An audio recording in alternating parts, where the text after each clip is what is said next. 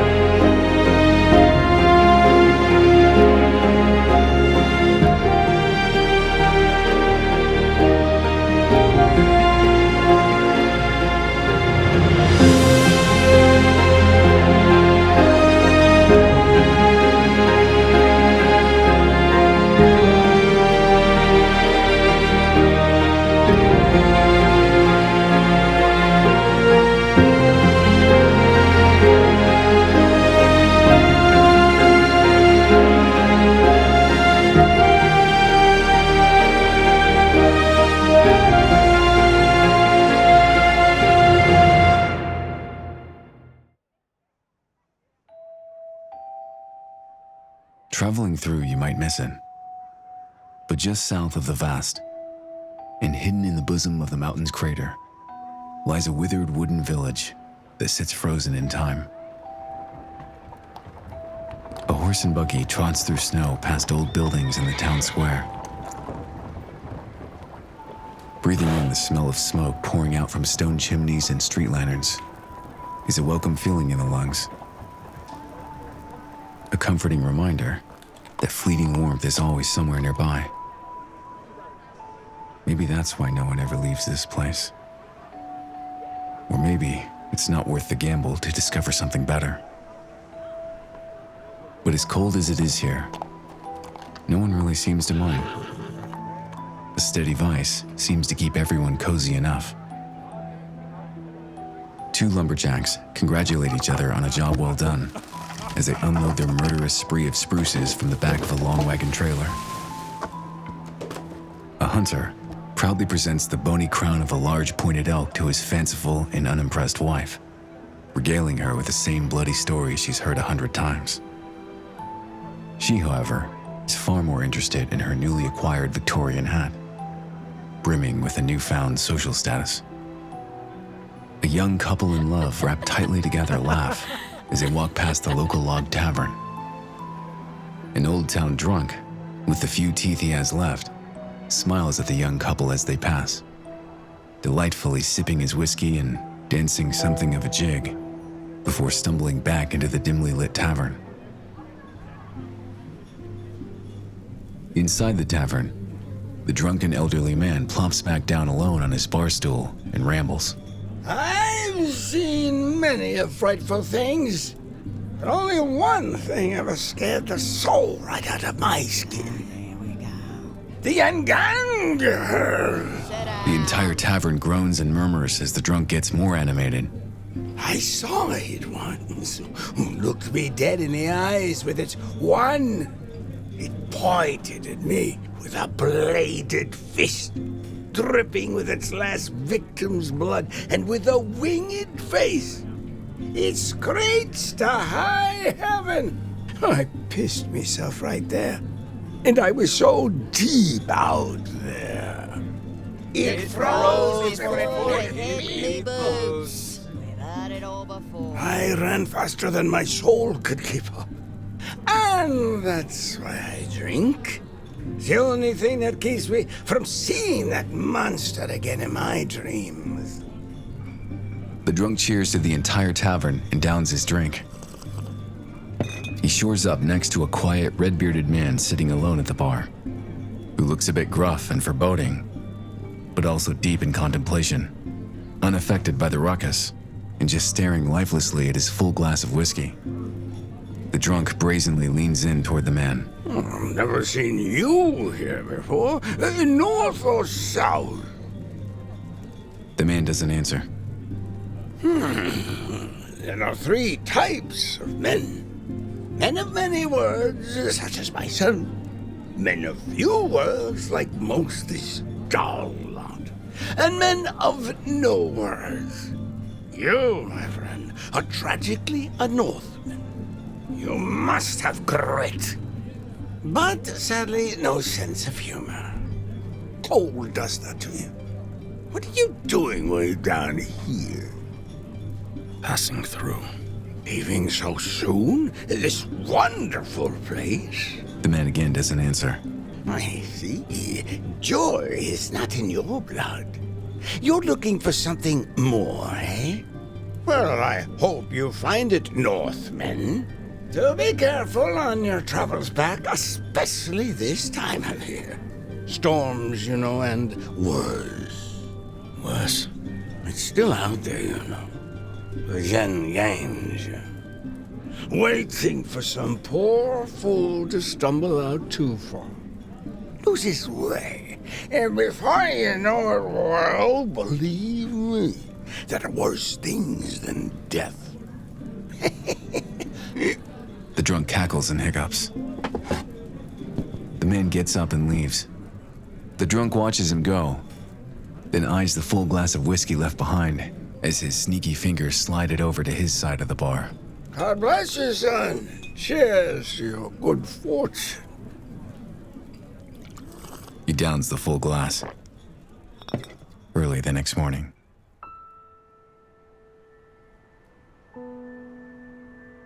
A thick fog slowly dissipates from the sun peeking over the mountains. Just beyond the village, down a lonely path, we eventually come across a home, a fading 2-story cabin. Despite its looks, there's still happiness here. You can hear it. Sounds of children laughing and playing upstairs until... crash. What sounds like a vase falling and breaking brings all the scurrying to a silence. Outside, though, a different kind of silence. A woman, unfazed by the loud noise from the house behind her, stands near a stable in the cold looking on. She's not beautiful. At least not today. Whatever her troubles, she tries not to show it, but she looks almost ready to give up on a man. He's no Prince Charming, at least not today. Red-bearded and donning an array of pelts, he finishes packing up for what looks to be some sort of an expedition. Shouldering most of the weight of this expedition, a dopey-looking horse who can't see past his own long face because his mane is so overgrown. The woman finally takes in a long-needed breath and crosses her arms as it begins to snow. Even without a coat, her shivers are bottled up as she waits, expecting some kind of reaction from the man. Maybe farewell? I love you? I'm sorry? Even that ugly grunt she's become accustomed to would be a welcomed emotional response at this point. But devoid of any of those, how does one say, feelings, the man continues packing undeterred. He drops a number of items into a dark leather satchel strapped to his horse. A rusty canteen, flint pistol, a Bible, an axe, matches, and finally, a shiny bronze object. He hesitates before putting this item into the satchel. With his back turned to the woman, he sparingly tilts his head to the side to make sure she can't see his actions. He stares at the bronze object for a moment, then quickly puts it away. He can feel her palpable presence weighing heavier as she forcefully sniffles and crosses her arms even tighter. The silence between them is painful. That's everything. All that you need. Thank you for your shelter. I'll find a way to repay you someday. But not today. Nor tomorrow, I suppose. The man awkwardly tightens the straps on the saddle, trying to subtly make his exit as painless as possible, but then feels her hand touch his shoulder. He closes his eyes, then finally turns his head just enough to see her visibly shaking hand. For God's sakes, woman, put some clothes on. The snowfall starts to increase. How long is the journey? 5, 6 days most. Stay. At least until the worst of it passes, then go. The man stares up at the menacing clouds towering above them. No. Could be the best chance I'll get. Have to go now. How did you get separated? I've told you. Tell me again. How do you know she's alive? Even if she's not. She looks on at the daunting horizon. Couldn't be more foolish to wander out there alone for more than a day. She knows he's not going to find anything out there but despair, let alone come back alive. You've been very kind. I won't forget. She removes her hand and backs off. Yes, you will. In a last-ditch effort to keep him from leaving, She attempts a less subtle approach, embracing him from behind in a desperate attempt. He pauses and closes his eyes again. Stay. You could be with me. I would love you, and the children, they would... No. She wouldn't want me to. She wouldn't want you to die. You go out there now, you won't come back alive. I'm not alive here. He shakes her off his back. After all she's done for him, she's paralyzed now with how to react to his brashness. Out of energy to allay the situation, the man just stares at the ground for a moment. His noble way of saying, "I don't want you." She'd gasp at his shallowness, but the air is too thin, and her tears quickly freeze over. She wipes the shards from her face as her wanting now turns to loathing. She violently pushes him in anger.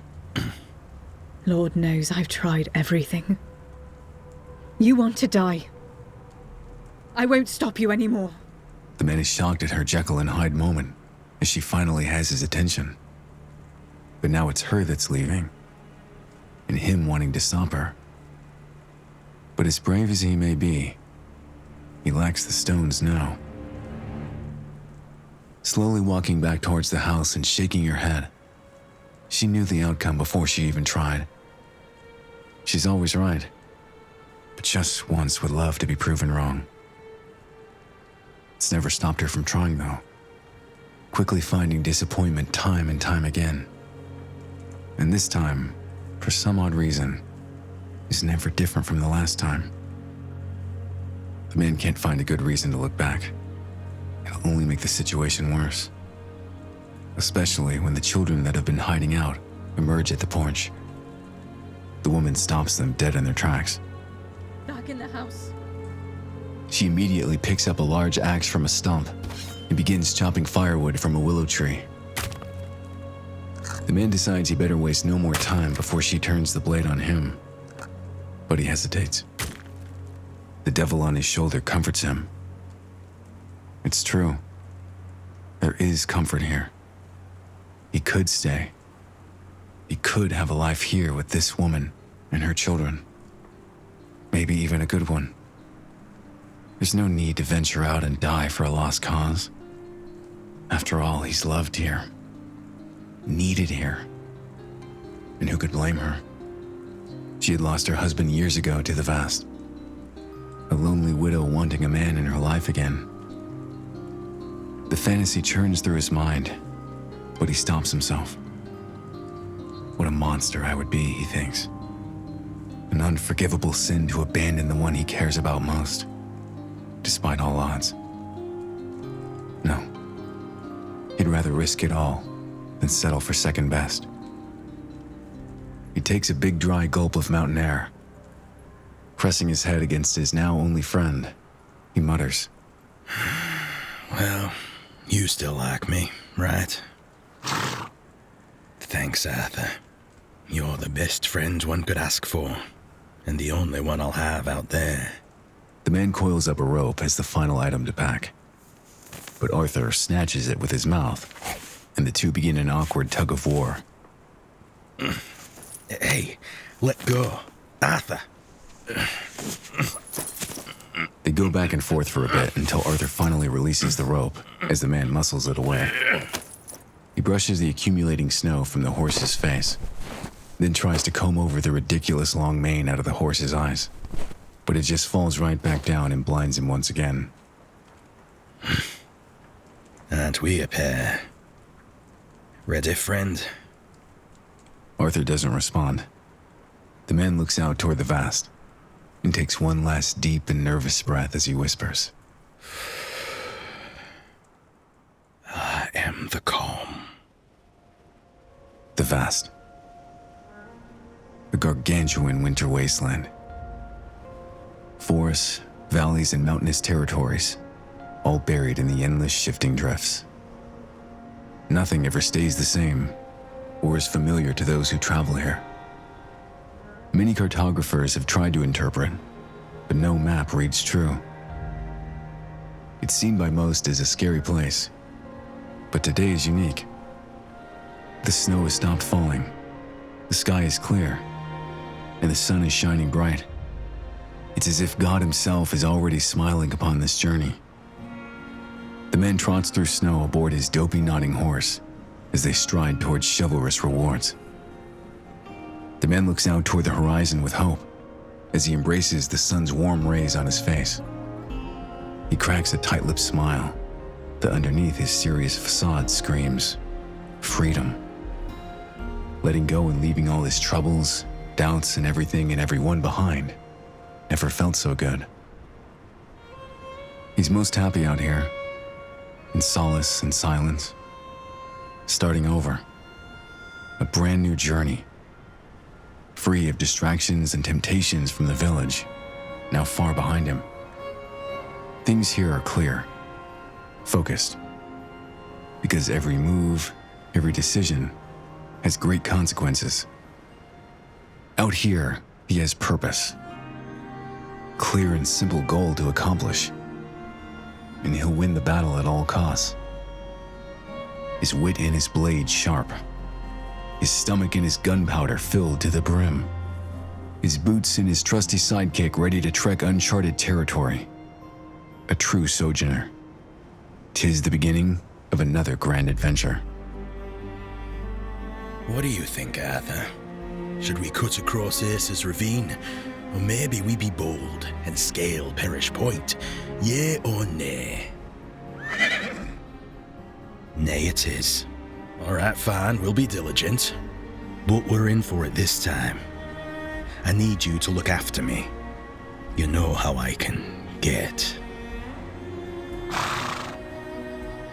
You're a good man for a horse. He needs all the assurances he can get. It's lonely out here, and doing the right thing is always a hard choice.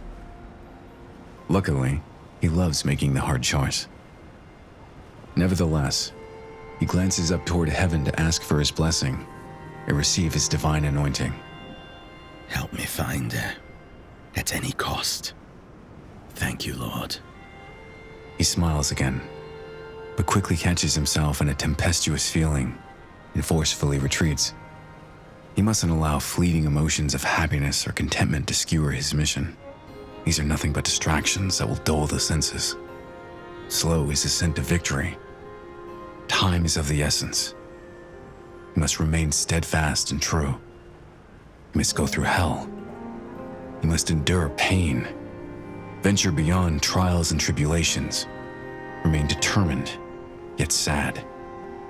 He must. There is one goal, one outcome to be achieved. Total victory and nothing less. I can't be remembered as a man who didn't give his all, he thinks to himself. How to stay focused, how to stay the course. Of course. He reaches into the satchel and fishes around for something, and pulls out the shiny bronze object from before. He opens it like a pocket watch, but inside, a compass. The needle wobbles and spins around. Magnetic interference with the mountains, perhaps. Inside the lid of the compass, a small faded photo of a beautiful woman. The man's breath is visibly stolen in the cold air as he stares at the picture. His true north. His heart quickly full. The compass needle continues to spin, but no matter. God will lead him. He knows this is the calm before the storm, that no one escapes the vast without great adversity. But he's prepared to go the distance, to die if he has to. Death be damned for the noble cause, because on his noble steed he rides, to the land of nobility and all that awaits him. Onward. Yeah.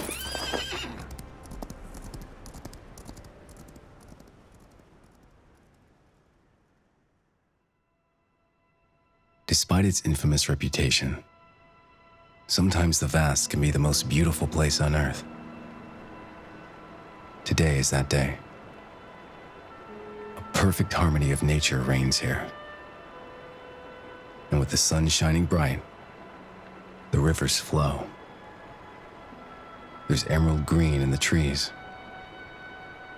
and all of God's creatures begin to emerge and flourish as the ice begins to melt all around. A white rabbit remains discreetly hidden in the snow, enjoying the sun's warmth. A playful fox jumps around in the snow with a companion.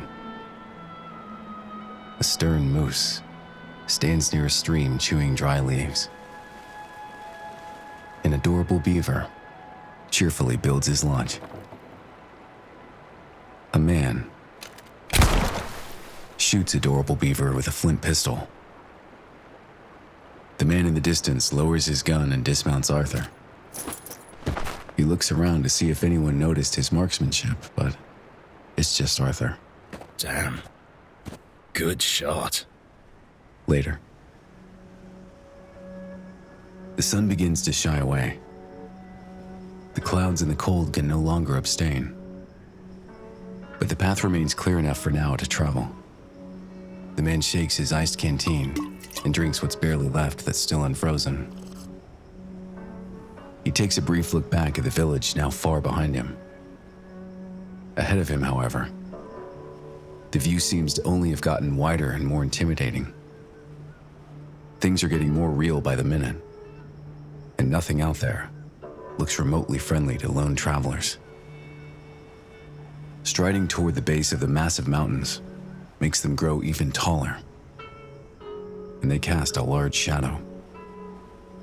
They'll have to go through valleys and thick forests in order to pierce the mountain's passageways, because they cover the entire horizon.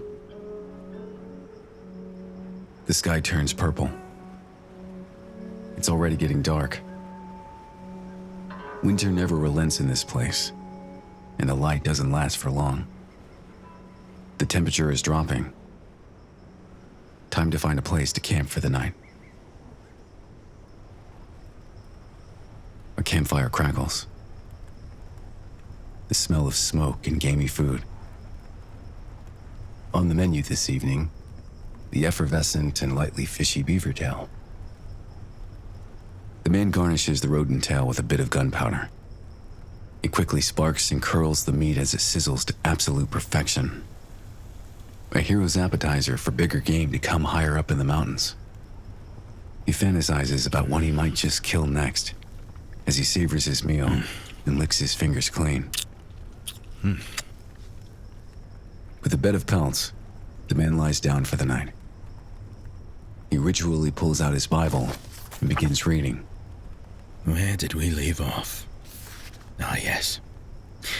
Having then gifts differing according to the grace that is given to us, let us use them. If prophecy, let us prophesy in proportion to our faith or ministry.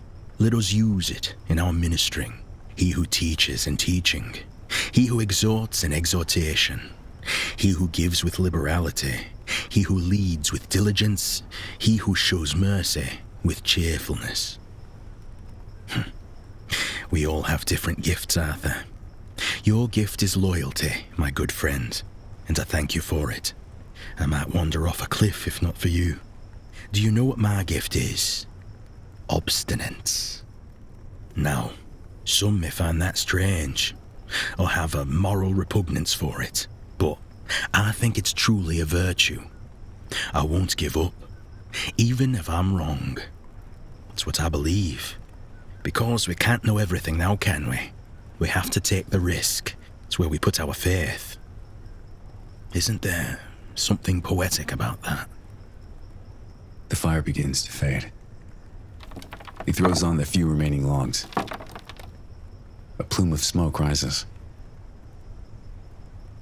The man looks up at the night sky. It's more than glorious. Stars and galaxies in the millions. All crystal clear and calm.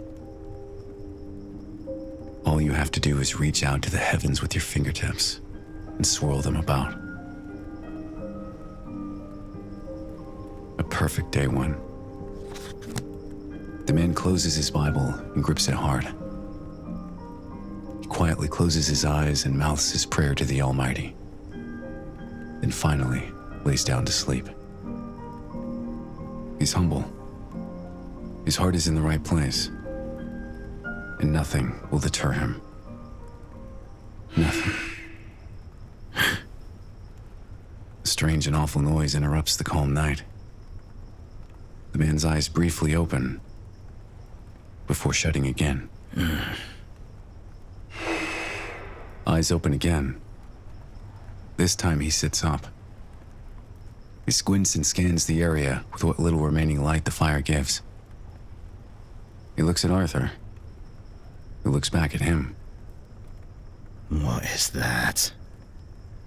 Arthur's head turns towards something in the distance. The man looks to the same place to see a cave. He rubs his eyes and squints. Was that there this whole time? How did I miss that? It's coming from the cave.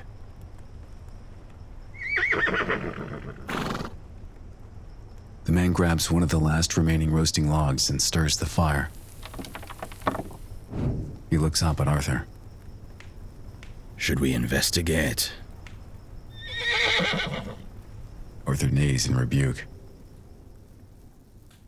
Armed with a makeshift torch in one hand and an axe in the other, the man slowly walks toward the icy cave. His boots crunching the muddy snow as he proceeds cautiously, but courageously. There's a strange unknown sound out there. A clatter and a matter that must be explored. Why? Because he is brave. And he's a man. And this is what brave men do. Wander into precarious situations with no idea or fear of what could be lurking. What are we if we live in fear of the unknown? We become the unknown. As he approaches the mouth of the cave, he takes a look back at Arthur, who just stares right back at him. Arthur snorts one last time in protest, but his advice is unheeded. The man enters. His torch dimly lighting the way forward. The man delves deeper into the uncharted darkness. As he moves through, a cave becomes a cavern with many small passageways. He chooses one and ducks as low as he can as it's a tight squeeze with a low and unforgiving ceiling. The rocky enclosure has now engulfed him. Every step he takes echoes as his torch cackles. Cold, musty air flows as the cave breathes, a stench of moss and wet stone. The more explored, the bigger the cave labyrinth becomes.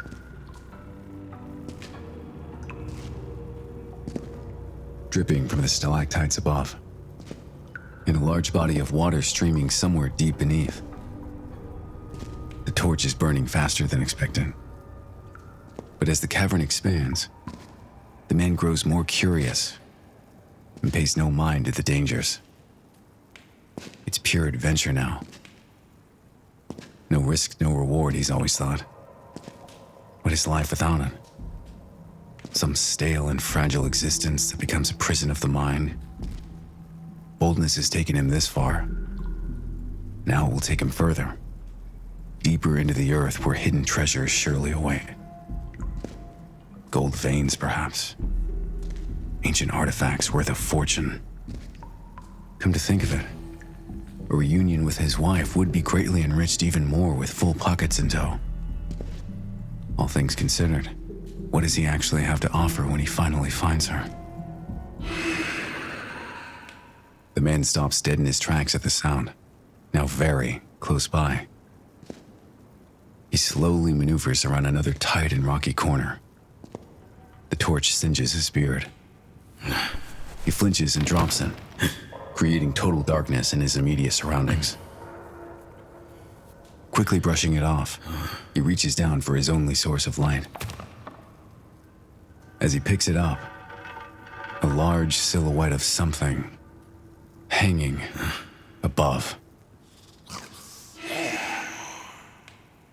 man slowly looks up into the black eyes of a large bat, staring right at him. It spreads open a 3-foot wingspan and attacks. The man drops the torch again as the bat flaps and slashes at his face. He thrashes blindly in the darkness at the demon bird with the axe, but he can't see anything and hits a cave wall, sending sparks into the air as the bat flaps all around him. Away, beast! It's no use. The bat lands on the back of his neck and sinks its fangs deep into his flesh. The man writhes and drops the axe. He quickly grabs the bat, and now firmly in his grasp, he squeezes with all his strength. But the dragon rat makes no apologies, and in suicidal defiance bares its bloody teeth one last time, spitting out the man's own warm blood back into his face. Bastard! In a fit of rage, the man smashes the bat onto the cave floor, over and over and over again. This time, right into the fallen torch, extinguishing it to embers.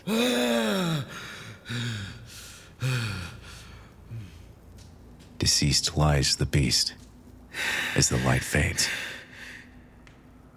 The man stares at the lifeless creature with grit teeth and a bloody face, still in shock. He quickly snaps out of his stupor and can't believe what he's seeing. He cautiously picks up the dead bat again by its long, creepy wing and examines it. Under his wheezing breath, he mutters, Go back to hell. The man folds up the bat and puts it in his satchel he's toting. He needs proof, because no one is going to believe this. Or maybe it's a trophy of sorts, something to hang on the wall in great remembrance of his valiant exploration. He snaps out of his thoughts. The reality of his situation sets in. The torch on the ground completely dies, leaving him in utter darkness. No. He tries to blow in the remaining embers, but they quickly glow out of existence. The man is now deep in the earth, in pitch black. Panic begins to set in as he breathes heavy. Fantasies now of unearthing treasure in a mysterious cave has become fool's gold. The only thing to show for this misadventure is a dead flying rodent. The man blindly fishes around in his satchel, and soon strikes a match. We faintly see his orange glowing face, haloed in darkness. The way out. This way. No. That way. Right. Match after match struck. And gone too soon. This can't be the way he came in, can it? It doesn't feel right. Matches dwindling. Walls literally closing in on him. There's no one to call to for help, so he calls loudly to his horse. Arthur? Outside the cave, Arthur hasn't moved. And we hear nothing. Back in the cave. Arthur! Another match fades away too soon. The man tries to conserve what little he has left and attempts to navigate the darkness. His hands cut and bleed against the rocky walls as he feels about. Pressing further, the space becomes smaller. Smaller. His head hits the ceiling walls as they shrink in on him. Damn it! He lights another match. 2 left in the box. He must be getting close. He sees in front of him a small passage, but it's an extremely tight hole to crawl through. He looks behind him and all around, but there's no other way. And it's a long way back now. He attempts to look deeper into the tiny passage and pokes his head in with the match fading. He can feel air flowing through. It must lead to the outside. It has to. He can't get trapped here. Not now. He doesn't want to go through. Every bone in his body telling him not to. But he wants to stay here in darkness forever even less. He takes the 2 remaining matches from the box into his hand. He pulls out the rope from the satchel and fastens the satchel to his ankle.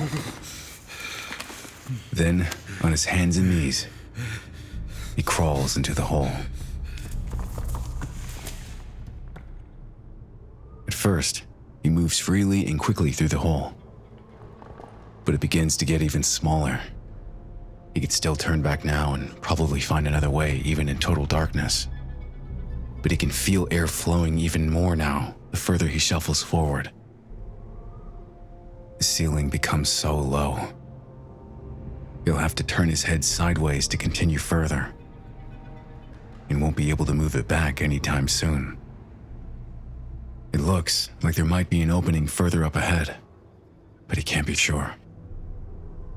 Both arms forward, he strikes one of the last 2 matches, and his eyes glow full of fear. It's actually a drop. The only way forward. Downward. The wind in the tunnel blows out the match he's holding. He decides to go back. But as he attempts to slide his body backwards, he can't. He begins having a panic attack. He can't move. He hyperventilates and begins to bludgeon himself against the cave walls with the mere inches he has to work with. Awful whispers begin to fill his ears. He desperately yells out again in complete futility. Arthur! A faint neigh is heard. Arthur? A glint of hope. The man gets his breathing under control until it is finally deep and long. He can hear water flowing. There must be a river that leads out. This time, safely blocking the air with a cupped hand, he strikes the last match off the back of his teeth. He shuffles his body forward to see the drop in the hole. It's so tight he won't be able to enter. Unless he pins his arms to his sides in order to lower his shoulders. This might allow him to snake through the impossible passage. He knows what he's about to do, but decides to cherish the last remaining seconds of light from the match. But before he can contemplate his entire existence, poof. Complete, utter darkness. One last deep and scared breath as he whispers, I am the call. The man struggles to contort his body to slide down into the icy hole face first. He pins his arms to his sides and slowly worms into the hole. Gravity helps, but it's a struggle to move every inch of his body. Minutes go by. Blood begins to drain into his brain. His mind becomes cloudy. He wants to take a break, but it will only make this nightmare last even longer. Even still, a stop is in order, because he becomes stuck. No. Paralyzed between stone, he can't move at all now. He can't see anything. Panic. Arthur! No response. His voice is faint and deathly. He struggles one last time to make ground, but he's exhausted and only becomes more stuck. But there is a smell. A smoky aroma from his campsite enters his nostrils. So close, yet so far. Buried alive in the mountain bowels, his breath is labored, his heart working overtime. He speaks softly and defeated. Lord, forgive my trespass, my stupidity. Free me from this hell, and I will serve you now and forever. I swear it. Don't let me die here alone, please.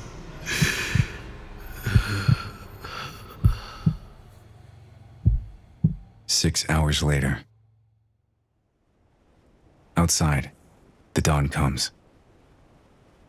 The morning sun slowly rises. Light engulfs the mountaintops. Snow begins to melt. Back inside the cave, the man awakens to a freezing cold chill down his body as melted ice and snow begin to flood the cave. He's still hopelessly paralyzed against the walls, as now a new horror overtakes him. The water begins to rise. But as he focuses his tired and blurry eyes, he can see a very faint light coming from the bottom of the hole. The water increases flow, and the man struggles to breathe, spitting out mouthfuls of cave water and having to breathe through his nose. But suddenly, his body slips a few inches. Then, a few more. The melted snow has slicked the cave edges. The man gains as much composure as possible and begins to twist and contort his body any way possible. Finally, the water pressure behind him pushes him forward, and he completely slips all the way down to the bottom of the hole with a splash. Outside, a river. Through mud, muck, and much regret, a man crawls out of the earth and is blinded by daylight. He falls to his knees, too weak to stand, but raises his tired arms. The scream of freedom heard for miles. His muddy face bows to the ground, still exhausted and full of tears. Thank you. A familiar voice is heard, that of a dopey-looking horse trotting over to the man as he snorts for joy. The man kisses Arthur on the nose. Hello, friend. Let's not do that again. You all right? After a long silence and contemplation, the man finally stands up and realizes his satchel is still tied to his ankle and intact. He picks it up and rummages through to take stock. You want to see something? He pulls out the dead bat. Arthur scoffs. He doesn't like its foul presence one bit.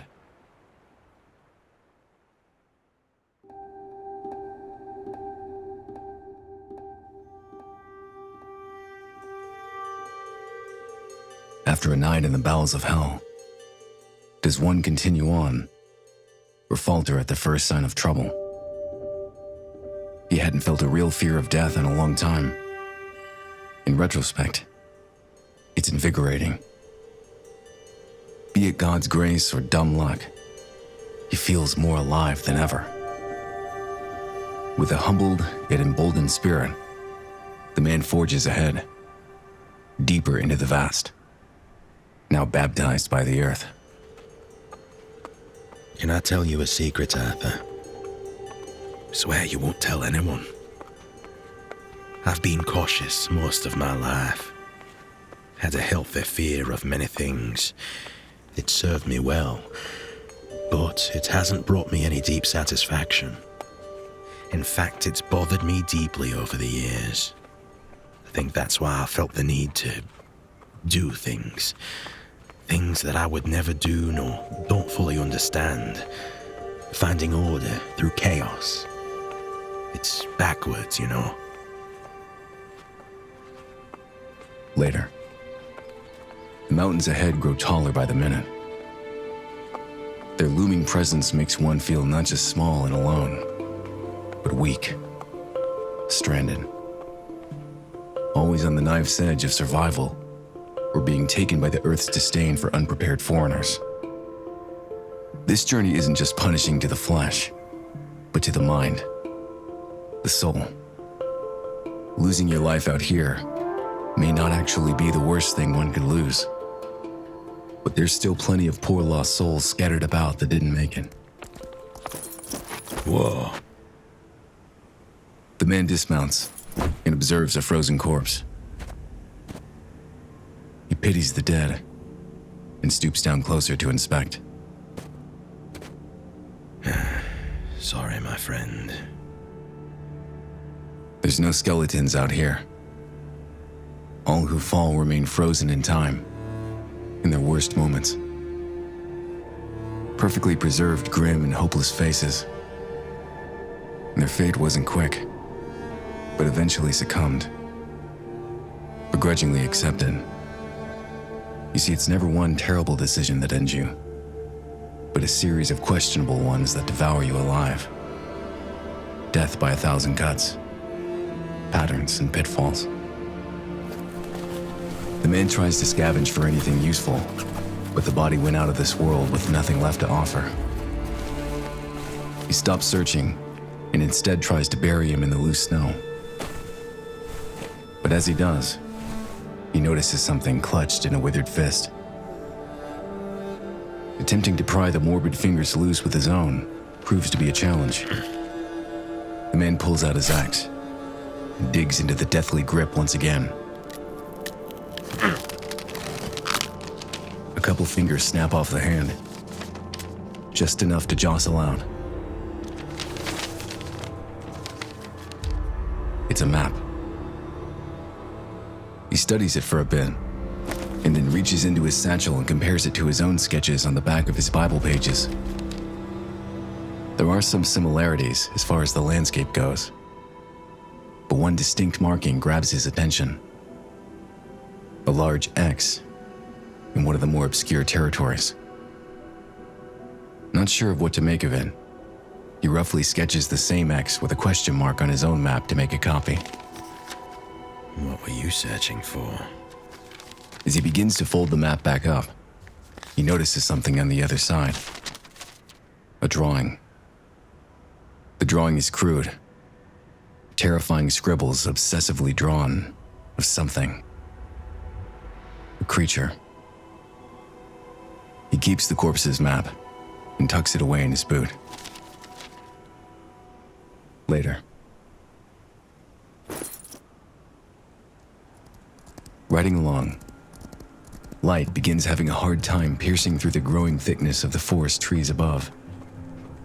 They've almost completely blotted out the sun's rays and cast a giant shadow over the man. He stares up at the wooden titans and their seemingly lifeless yet sinister branches. It's like a boneyard of a once thriving world, and unsettling that no wildlife inhabits the territory. No feathers, furs, nor scales. The man rifles through different page sketches of his map, flipping it over back and forth. Back and forth. The compass needle drifts left, then right. Left, then right. No bearings. No point of reference. He turns and looks behind him, but a wall of more trees cover his tracks.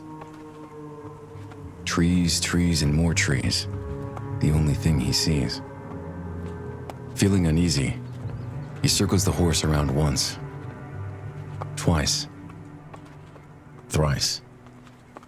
Nothing but a petrified prison surrounds him. How did he even get trapped in here to begin with, he starts to wonder. You're not lost, he thinks. After that cave, he's prepared for anything. Calm down. Breathe. I am the calm. He closes his eyes, takes a deep breath, then forces a laugh. It works. He opens his eyes, and his mind begins to diffuse the situation. Instead of looking around, he looks up. Which way, Lord?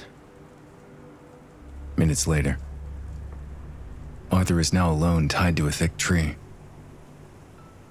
We hear a harsh scraping noise above, and tree bark falls on his head. Arthur shakes it off as more keeps falling around him. Above, the man is ascending the mighty pine with a rope around its trunk for leverage. Each few paces up, the man whips the rope higher and heaves himself up, scraping off tree bark every time. The higher he climbs, the tighter his grip and sharper his focus becomes. Almost 30 feet up, and a long ways to go, his feet slip as he scrapes off a large chunk of bark. Now fully embracing the tree by the skin of his cheek, he takes a few quick, deep breaths.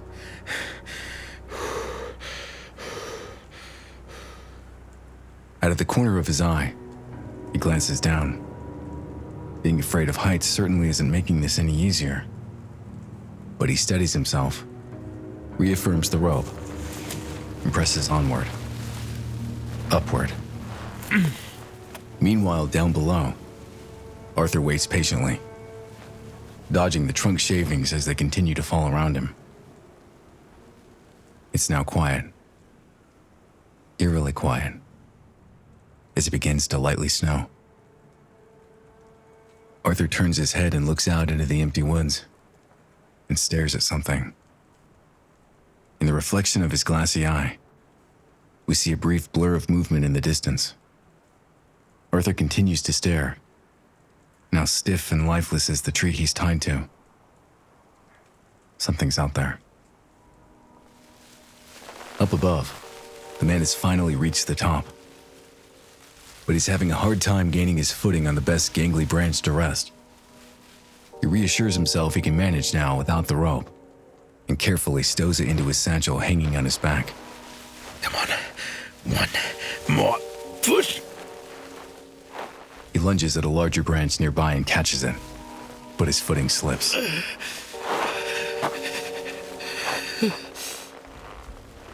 Now dangling with both tired arms wrapped around his last hope, he looks down at his possible fate. He sees Arthur, who looks so small and so far away. He quickly darts his eyes away. See no evil. The branch begins to bend and crack. Squinting and breathing hard, he uses all his strength he has left and begins to swing his body back and forth. Back and forth. Until he finally uses his momentum to kick his legs up and wrap them around the branch securely. And he pulls himself on top of it. Taking a moment to rest, he finally realizes there is light. He's broken through the thick branches and is now able to see the vast in all directions. He quickly lifts his head and scans the horizon. Scuffling through his satchel, he pulls out his Bible. But instead of quoting scripture, he studies his map on the back and all points of references he sees to compare. Lastly, he takes out his compass and opens it. The needle bobbles around northwest. Yes. Okay, good. He furiously circles a section of his new map sketch and then quickly stows it back into the satchel. He closes his compass, ready to make the long trek back down the tree, but he stops himself. He holds the brass compass tightly in his fist, then finally looks out again at the horizon. But this time, he allows himself to see. See, not the horror, but the absolute beauty of the land. Miles and miles of it in every direction. Almost dumbfounded, he licks his cracked lips and takes it in. Time stops. And so does his thoughts. He slowly lifts himself up and now stands on a thick branch. He can't remember the last time he actually just looked out of the horizon with no purpose or agenda. There it is. There it's always been. Given freely to anyone who would take it. The man averts his eyes away in his own disappointment for not taking advantage sooner, more often. Perhaps in another life, a more simpler life. But it's too late now. This is the way things are. There's no time to waste on frivolous things like sunsets and waterfalls. all temporary disillusioned ideas of happiness. He's become far too blunt an instrument, and the mission is the only remedy that fills the void, or at least distracts. Arthur neighs loudly below. The man looks down to see what's the matter, but instead, right next to his foot, a blue snake lunges and sinks its teeth into the man's leg. The man jumps at the pain, slips, and falls. The man lands hard on the ground snow, quickly followed by his satchel that falls next to him. On his back and staring up at the sky, he gasps for air with every breath, his vision blurry. Then, something falls from the treetops. Down, down, until it smacks him in the face. The man, still gasping for breath, grabs the slithering devil by the neck and strangles the life out of it. But then finally realizes it's the rope. Stupefied, he looks up again at the looming trees, vision blurring, then blacks out.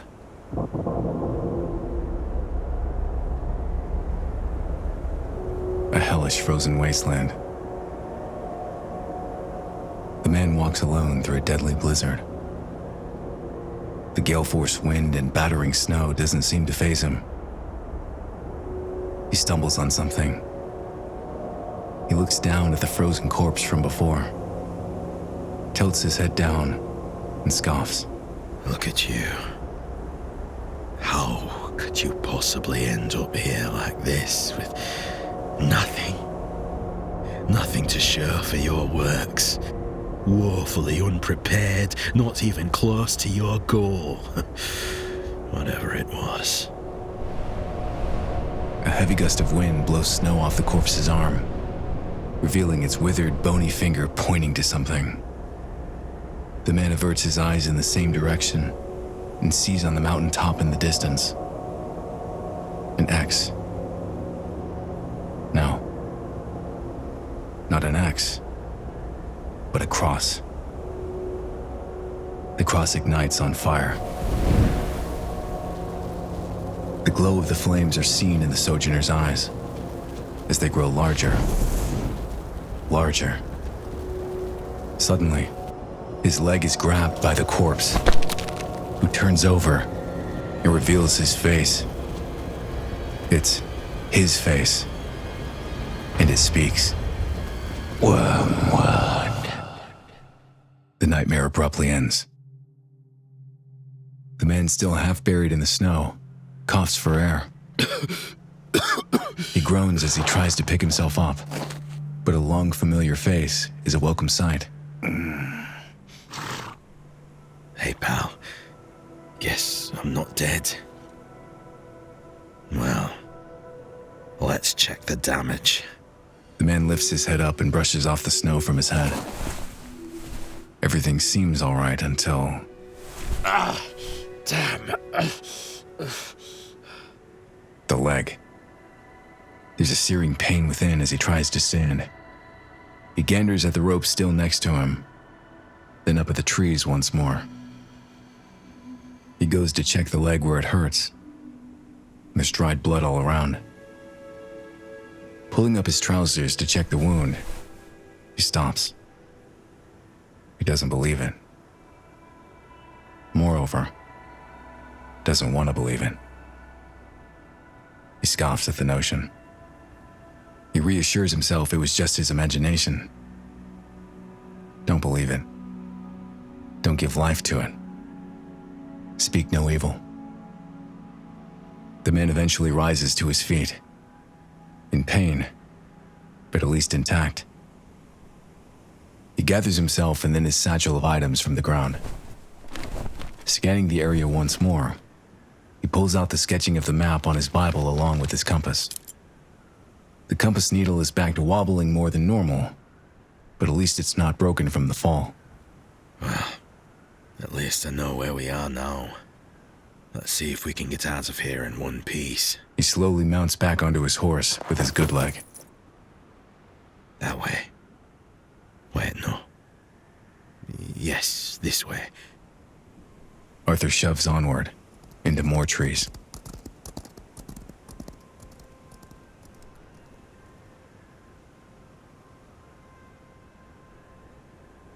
The weather is strange. Sinister-looking clouds that seem thousands of miles up loom, becoming more dark and gray by the minute. The daring duo have made their way out of the woods, into a new, more desolate valley. The man's leg is giving him trouble, as he can't sit still in the saddle. He's desperately trying to will away the pain, but it's not working well. He squirms and contorts to allay the awful sensation. The days seem to slip away. After stopping for directions and a brief coma, the sun is now going down fast. The man winces hard and waves the white flag.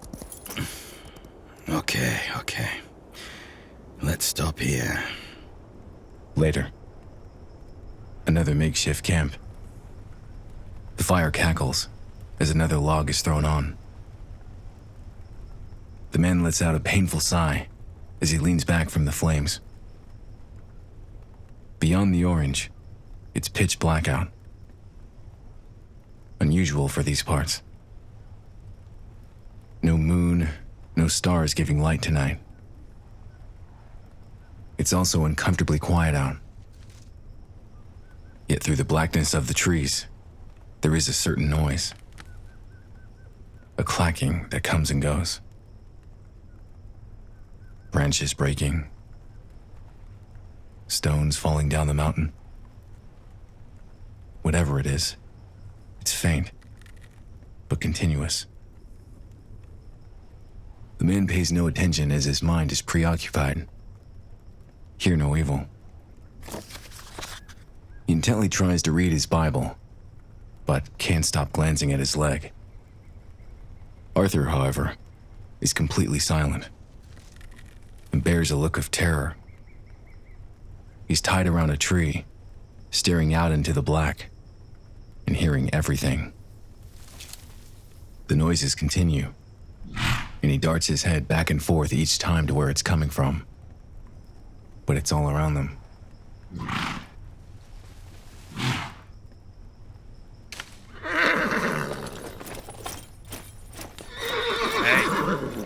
Arthur groans again and continuously tries to yank away from the tree he's strapped to.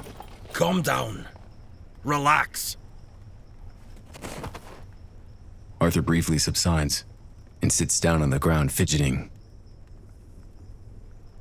The man leans over to stoke the flames once again, but winces in pain. He can't take it anymore and claps his Bible shut. Finally, time to inspect the leg. Slowly and carefully raising up his pant leg, they're swollen black and blue, along with 2 bite marks at the center. He still doesn't believe it, and doesn't want to let his mind believe it either. He shakes his head in frustration and pulls his pant leg back down. Another clacking in the woods. Arthur snorts. Go to sleep. The man, annoyed at his situation, falls back and uses his Bible as a pillow. The fire dies, but Arthur keeps staring out into the black. Morning. The man tries to stand, but there's too much pain. He writhes as he slowly pulls up his pant leg once again to inspect the wound. It's gotten worse. Black and blue is spread, and it's much more swollen.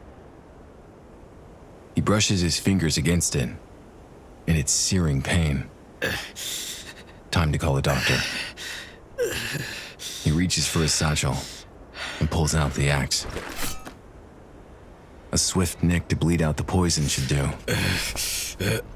He bites down on his Bible and... miles away.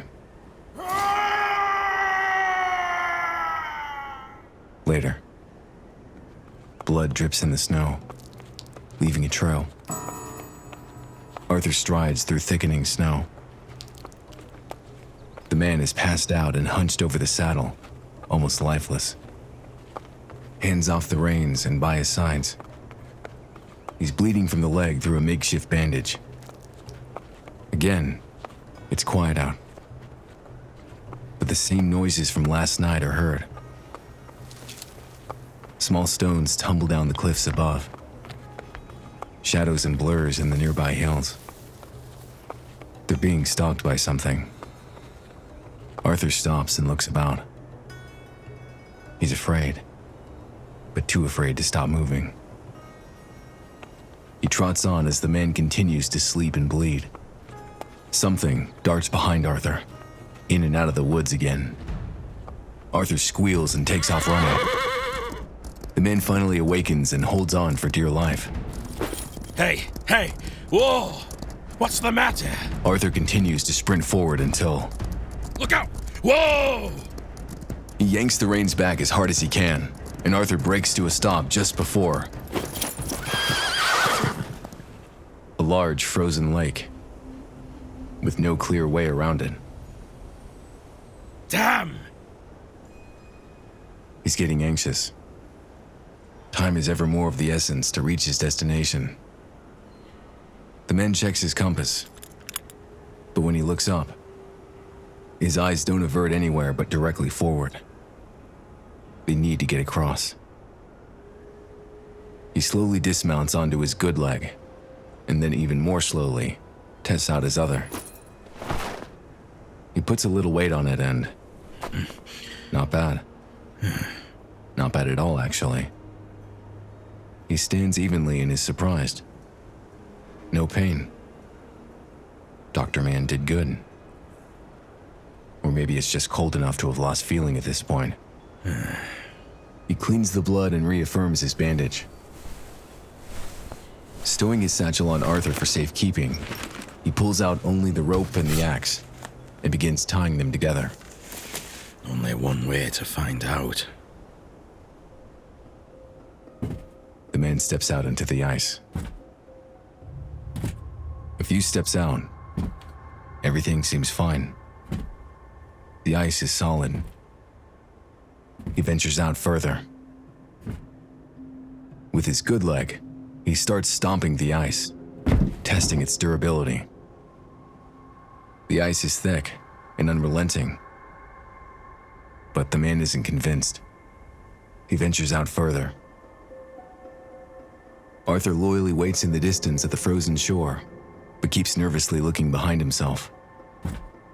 The trail of blood-stained snow still noticeable. The man, now dangerously far out, continues testing the ice's strength with all his might.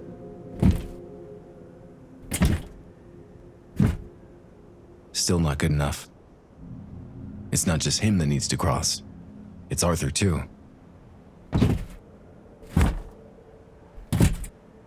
He's now relentless for absolute assurance. He can't stop himself, and he doesn't know why.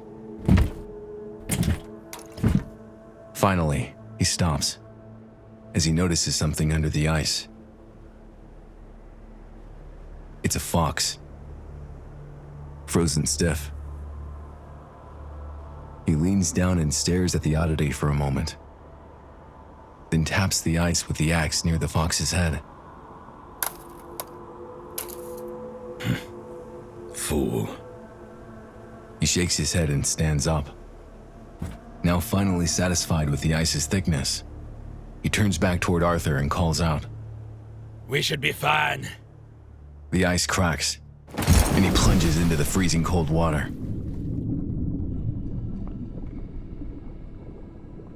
For a brief moment, paralyzed in suspension under the water, the view is hauntingly beautiful and silent. The axe and the rope drift and swirl down into the blue. The water is so cold that it doesn't register to the nerves immediately, but it lasts only seconds before an agonizing shock to the system.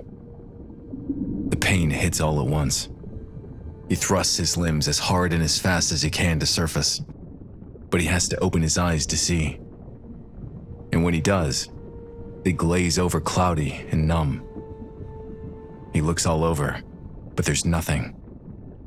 The ice seems to have sealed up again already. Low on oxygen, he frantically bangs his fist against the luminous glass ceiling to no avail. He's trapped. He turns and looks down at the blue abyss below him, then swims towards it. Up above, silence. Arthur groans and sees the man is nowhere in sight. Seconds tick by. Then, a minute. Finally, an axe punches through the ice and quickly disappears. Hovering above the ice, we now see a mouth pressed against the opening gasp for air. The axe punches through another hole. This time the man is able to muscle his head and shoulders through the ice and scream. Arthur perks up and sees the man still struggling to stay above the surface. The man tries to get a better grip, but he continues to slip downward. Every move feels like 1,000 pounds. He takes the rope still tied to the axe and manages to swing it around and around above his head. He chucks it outward, and the blade hits the ice, but it doesn't stick. He reels it back and swings again. The blade clanks the ice and bounces off.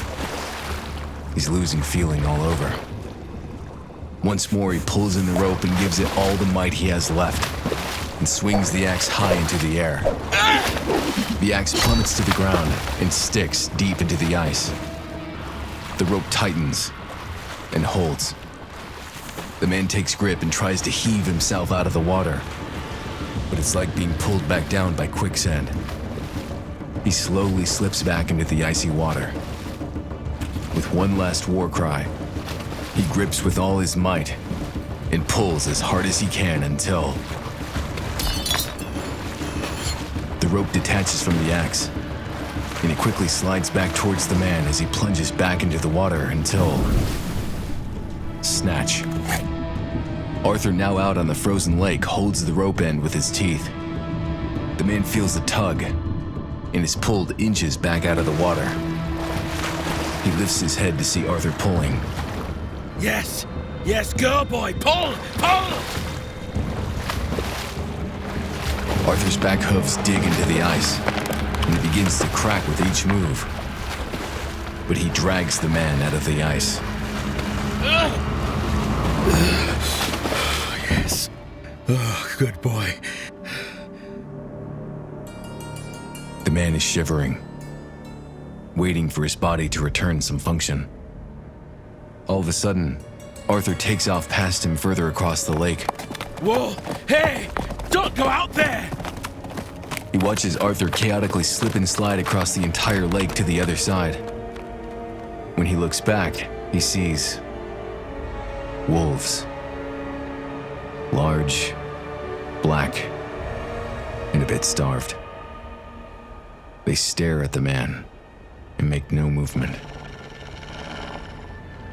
The man stares back. Neither party makes any sudden moves. With his pistol now halfway across the lake, the man eyes his axe, still lodged in the ice close by. He slowly creeps towards it. The alpha drools. Hand shaking, he yanks the axe out of the ice, slowly rising to both feet. He begins walking backwards on the ice and toward the other side of the lake, avoiding any more likely pitfalls. He keeps peering back at the pack, still stiff as statues, patiently eyeing their next meal. But to his surprise, they give no growl. Only dead yellow eyes and lifeless souls. In unison, they slowly move away without taking their eyes off the prize. They decide to take the long way around the giant lake and disappear out of sight. The man's gasp of relief is only met with worse news: hypothermia. He stares at his blue shaking fingers as he tries to move them, but they're slow to react. His breathing intensifies. His heart begins pounding out of his chest. He knows he's on the clock and going to die if he doesn't act fast. Panic. Must move. Must think fast. Must make fire. All of the blood in his body draining from his limbs. His brain foggy. Eyesight blurry. He slowly manages to trek the rest of the ice to the other side, holding himself like no one ever has in his life. His clothes are soaked and heavy as he reaches the frozen shore. Quickly shedding the heavy wet pelts from his shoulders, he begins shivering uncontrollably. His breath a locomotive chimney of life leaving his body with every exhale. He frantically looks around for something to burn, but there's nothing. Everything is frozen. With only a few dead branches nearby, he breaks each of them in half as fast as he can. With each snap, it feels like his own bones are being broken as the pain intensifies. A gust of heavy wind slaps him in the face and sends knives down his spine, adding insult to injury. His hand shakes convulsively as he reaches inside his wet pockets and pulls out a matchbox. Empty. He lets out a cracked scream for his companion. Arthur! The man quickly hobbles over to Arthur lingering nearby and immediately dives into the satchel for something. The pistol and extra gunpowder. He searches for kindling, but there's still nothing around to burn. Everything left on him is soaked. Panic. Panic. Survival drives us to do incredible things. Sometimes awful things. The man turns toward Arthur still nearby.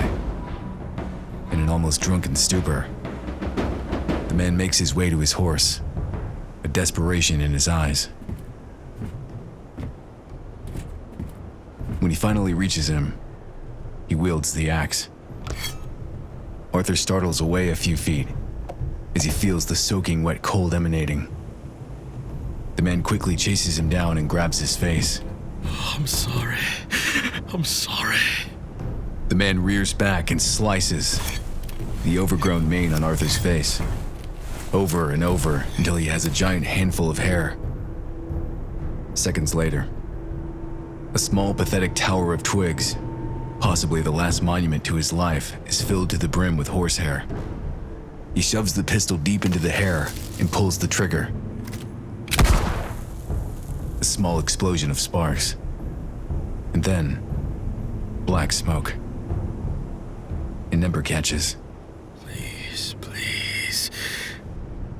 The hair quickly blackens and singes, but no flame. He reloads the pistol with more gunpowder and repeats the process. The hair catches fire, but burns up so fast it doesn't catch the twigs with it. He rips out parts of his own beard to add to the tinder, but it's still wet and worsens the attempt. Despair washes over his face. He buries his head to the ground, shaking violently, and prays. Lord, please, send me. He stops mid-prayer as the idea hits him immediately. He pops up again and rushes back to Arthur in the satchel, where he pulls out his Bible. He parts it open like the Red Sea and shoves it into the kindling, haphazardly spilling the last of the gunpowder he has left into the pistol. He yanks back the hammer, shoves it underneath the pages, and the blast and smoke clears. An ember. Black smoke. Fire. Yes, yes. The flames grow and the twigs and branches start to catch. The man lets out a desperate laugh.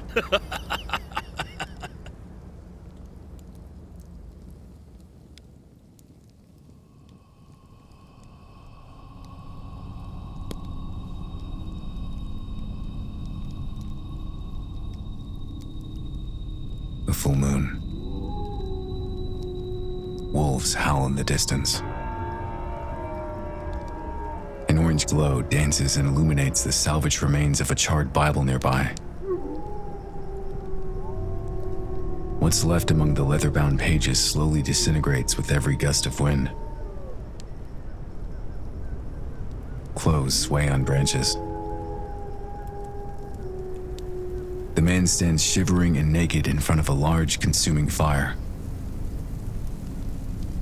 An entire tree is now ablaze and continues to slowly rise. He holds the compass in his hand. The needle spins around. The photograph is faded, as is he.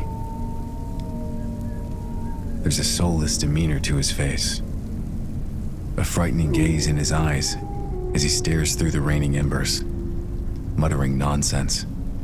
Calm. I am the calm that I am. Calm. He abruptly stops babbling and looks directly at Arthur. Billowing black smoke between them. Where is she? The horse stares back at him. Nothing to say. Arthur's ears flutter. Why did you take her from me? Thou shalt not steal. He continues to badger. Where are you keeping her? Thou shalt not bear false witness. Nothing but the sound of cackling fire growing louder.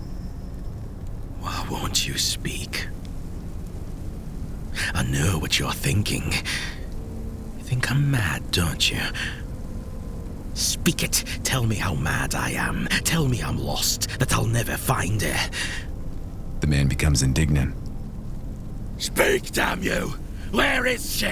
I'll drag you to hell with her myself! The flames dance all around him, as he's now in a complete daze. Then, his angry demeanor instantly changes. He laughs.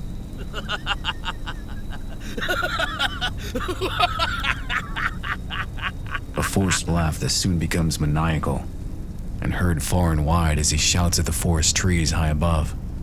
You won't stop me! You won't stop me! He stumbles and falls into his pelt bed. He looks at the compass still clutched in his fist, and opens it to see the faded photograph of his wife. It brings a brief moment of sanity as he closes his eyes. Wolves howl again, this time closer than before.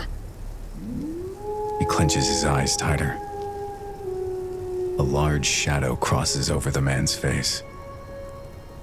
A pale and grotesque horse lowers his dripping mouth to the man's ear and whispers, Scapegoat.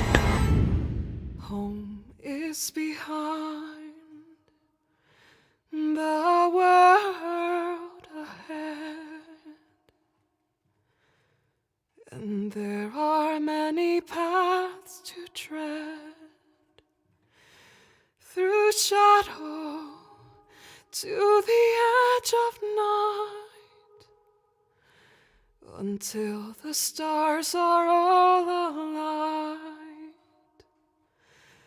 Mist and shadow, cloud and shade, all shall fade, all shall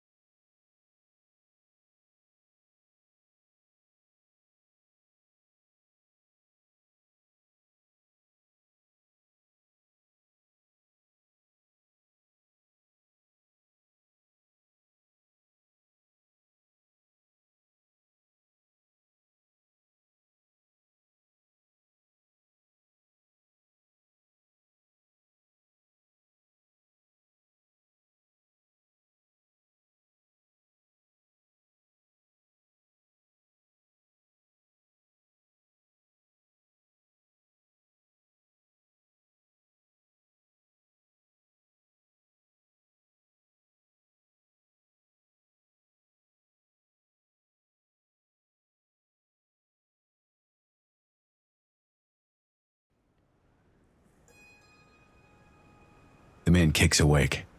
The morning air is putrid. Cold. Ash swirls in the piercing breeze near the now blackened tree.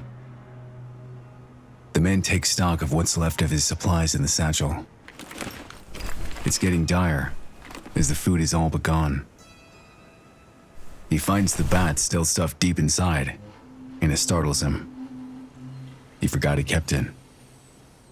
He tucks the flying rat back in. Might have to eat it later if things get any worse. Flinging the satchel around his shoulder, he looks around the camp. Arthur. Arthur is nowhere to be seen. Arthur! The man removes his pelt blanket and tries to stand to his feet, but sharp pain in his leg puts him back down quickly. He groans. Now revealed, his leg, black and blistered. Damn. He tries to shrug off the pain as much as possible. Feel no evil. He quickly gathers himself and limps to his now damp and smoky clothes. Arthur! Where are you, boy? We're off! Arthur! No sign of his horse anywhere. He continues dressing and hobbles about to the nearby tree where Arthur was tied. He sees the straps, chewed apart. There are tracks, though. Multiple tracks. Arthur! Later, dark clouds begin descending down into the mountaintops, and it begins to snow again. The man now has a walking stick to help with the limp and climb as he trudges upward through treacherous terrain. A canyon passage with unforgiving cliffs and crags. One wrong step and stumble could be his last if not cautious. Still retracing the fresh tracks, the man spots blood. He dips his fingers into the red snow and sees it's fresh. He looks further up ahead and spots something in the trees. Minutes later, the man discovers a carcass and falls to his knees. It's a lone wolf. There's fresh blood all around it, but it doesn't look mangled or eaten at all. A rustling in the nearby trees. The man quickly lets his walking stick fall and grabs his axe ready to kill.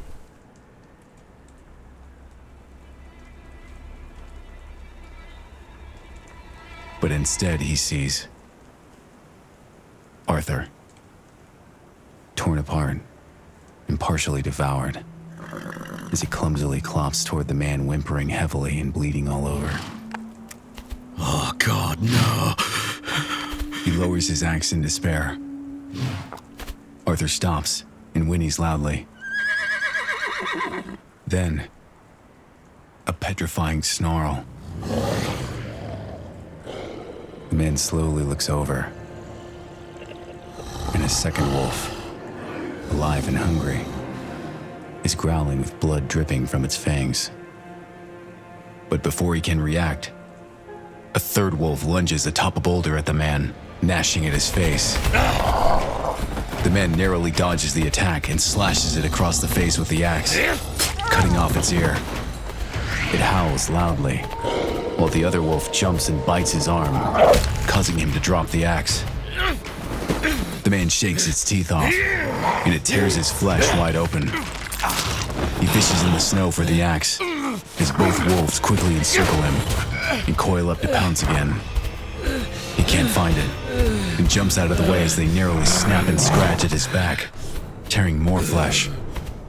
The man spins around to regroup, but quickly realizes he's cornered against a terrifying rocky cliff, and it's a long ways down. The wolves now slowly encroach their next meal, knowing they can savor the hunt for a few more seconds as they loudly snarl and saunter closer. Closer. He digs into his satchel still hanging around his neck and pulls out his pistol. But the wolves aren't frightened one bit. Out of sheer desperation, the man presses the hammer back and pulls the trigger, hoping it would magically fire without any gunpowder. But it doesn't. He throws the gun at the wolves and misses. Like vampires ready for the main course, the bloodthirsty creatures bare their fangs one last time before. Arthur from behind rams both wolves off the side of the cliff, narrowly almost falling off himself. The wolves let out a pathetic yelp as they fall like ragdolls to their death. The man stands dumbfounded at the edge of the cliff. Arthur is a mess. He limps about in circles, struggling to breathe. Chunks of his flesh hanging and bleeding profusely. Arthur. Arthur keels over. Arthur! The man limps over to his fallen horse and sees his ravaged friend, gasping his last breaths. There's nothing he can do. The right words don't come out. His friend, his only friend, dies. A long silence. The man lays his head against his horse and weeps. I'm sorry. I'm so sorry, my friend. His somber tone doesn't last long, So sorry. as a red rage washes over him, and he looks toward the sky. Why? Why do you take everything I love? He brushes what's left of Arthur's mane to the side and closes his eyes, soaking in the despair. After a long moment, he notices a lump inside Arthur's skin. Pushing his fingers against it, it moves, away from his touch.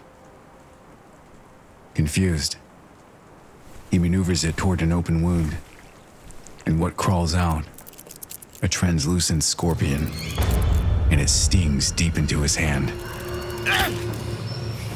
The man jumps back and flails his arm around with the scorpion still in tow. Finally, he pulls the scorpion's tail out of his already swelling hand and tosses it to the ground, stomping it with his boot. But the damage has been done. The pain excruciating. Molten poison of 1,000 daggers pumped into the arteries and dancing about. The snow doesn't help. Holding it tightly to his chest does nothing. It's agony. Continuing to scream and stumble about, his body can't take it anymore. He hyperventilates, goes into shock, and falls onto his back. He cradles his swelling hand, now turning black, and stares at the dark clouds above, swirling like vultures. He's hurt. He's alone, and now stranded somewhere in the middle of the vast. Why go on? Why go on? Why?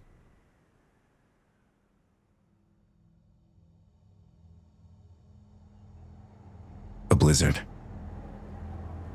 A frightful snowstorm blows sideways across the desolate landscape.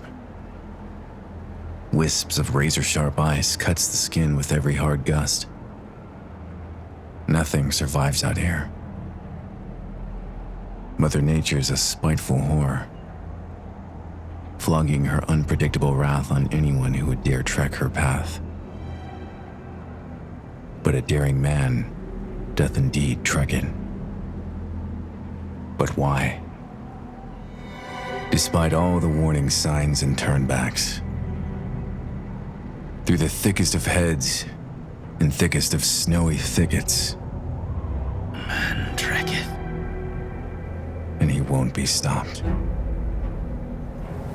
A furious gust of ice slaps the man in his now crystallized face. No matter these withered lips and frostbitten toes. His limp worsens. His hand loses its covering, It's turned black and full of boils. No matter this rotten leg and cold, dead hand. A man trekketh, and he won't be stopped. The storm howls from the heavens, blinding the man's vision. He pays no mind and limps forward aimlessly. No matter this broken compass, broken heart, broken soul, no matter what you do, he'll endure your worst. Your worst. All your groaning and lashes. Gladly, he'll accept more. You won't take his glory. You'll just make him a martyr. A man trekketh. And he won't be stopped. The man stumbles and falls. The wind relents for a moment, but he's reluctant to get back up. He tries to gather himself, but the cold, harsh reality is beginning to set in. He's utterly lost deep in the vast. Lifting his head out of the snow, he laughs. What's left of his barren voice becomes cynical and delirious. So, it's here. This is where I die. Wait, no. Over there by that boulder would look better. Yes, let us crawl there, on top. It will look much more noble, don't you think? Shan't I even point to the north, or a brilliant pose? Then when someone finds me, they'll know I never lost my way. I knew exactly where I was going. They'll write about this, you'll see.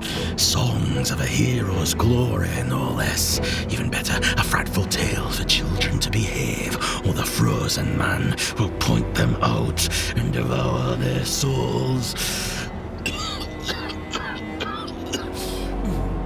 Oh, reliable compass, which way's north? Shaking, he opens the compass and the needle is completely limp. And the picture, barely recognizable. His demeanor changes. He begins to come down from his derisive tangent, now shivering convulsively. Ironic, isn't it? A man of good heart rewarded with a criminal's burial. Ironic, aren't you? You've made me, now you've slayed me. Well done, such a powerful god. But even with all your might, you couldn't stop me from trying, could you? You couldn't change my mind, could you? You couldn't unharden my heart. Only she could. But if your plan was to break me, you failed. What's left of my integrity remains intact. The man smiles. He's accepted his fate. He knew the risks. But still, a bittersweet taste of victory. Because at least he tried. He gazes at the photograph one last time in front of his frostbitten face. Then clasps the compass shut. But when he does, he sees something. Something atop the hill. The man tries to focus a blurry eye on what it is. The stormy haze begins to die down, just enough to reveal a cross.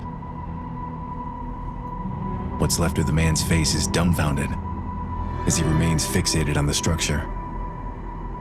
He shakes his head, wipes his eyes and refocuses. It's still there. The man looks down and remembers something. He reaches deep into his left boot and slowly pulls out the second map. On it, he sees the sketch of the X, or a cross. The map flies out of his hand in the gust.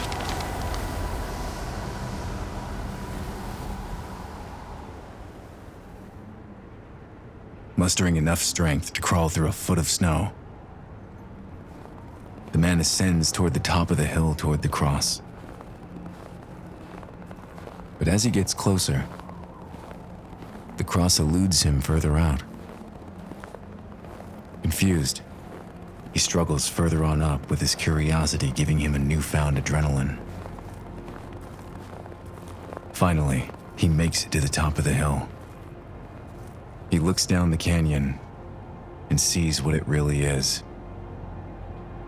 His mouth agape and his glassy eyes wide. He can't believe what he's seeing.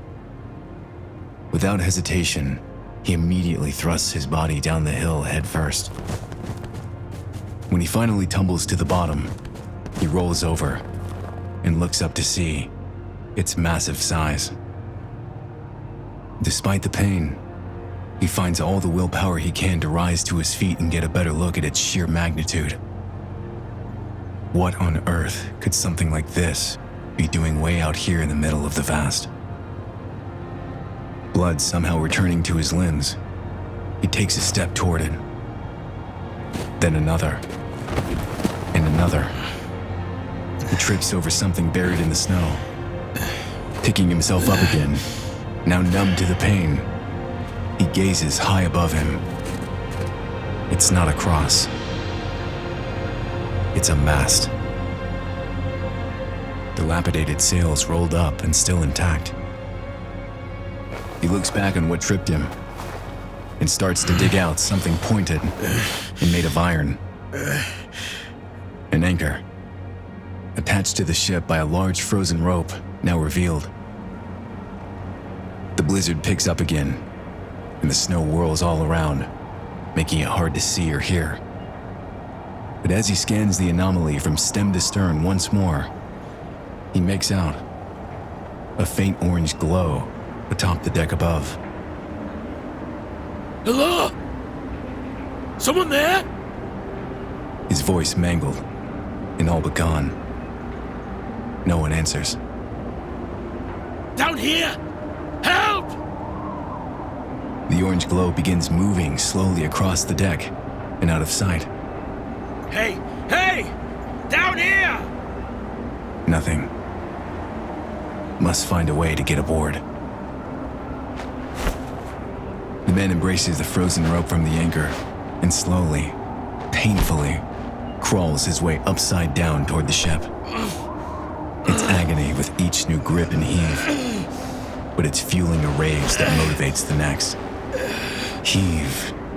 Pain. He calls out the Almighty. Leave me! Heave. More pain. I don't need you anymore. I'll do this myself.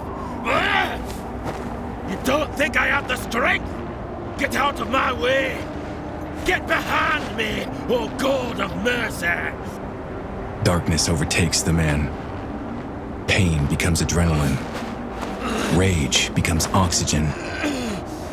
Heart and spiteful willpower race to prove something. To overcome all odds where others have fallen. With one last grasp and awful scream, the man with everything he can muster throws himself over the edge of the ship deck. Body depleted. Nothing left to celebrate the bittersweet victory.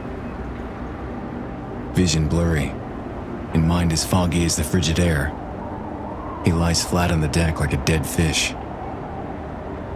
After a moment, his eyes roll back into place, and he sees the faint orange glow again, now emanating from a door in the aft of the ship. He's come too far to give up now. Mysteries of the unknown still enchant, no matter how dire the circumstances. Could salvation await? Could a rescue take place? Could warmth for only a brief moment be enough to make further despair worthwhile? The man crawls.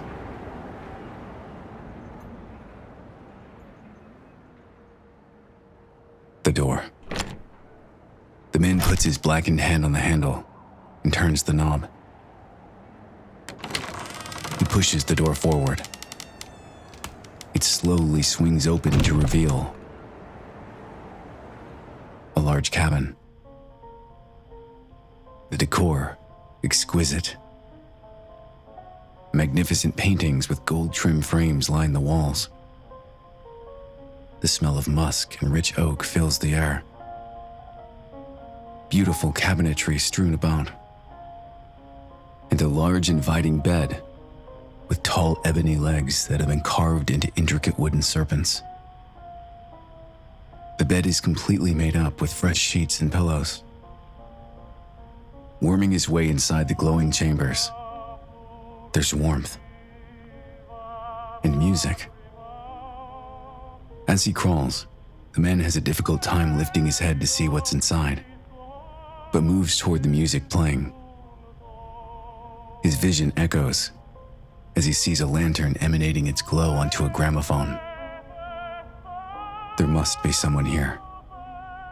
The man groans for attention. Help me, please. No response. His eyes finally begin to come into focus, and he faintly sees across the room a figure. A woman. Her back turned, she brushes long, luscious locks of black hair in front of a large mirror on the wall. Unable to see her face, again he pleads. Please, An enchanting voice interrupts him. You need not help, my love. Rise and live. I'm dying. No. All is well. Now rise. Agonizing, the man becomes flustered with her response and groans.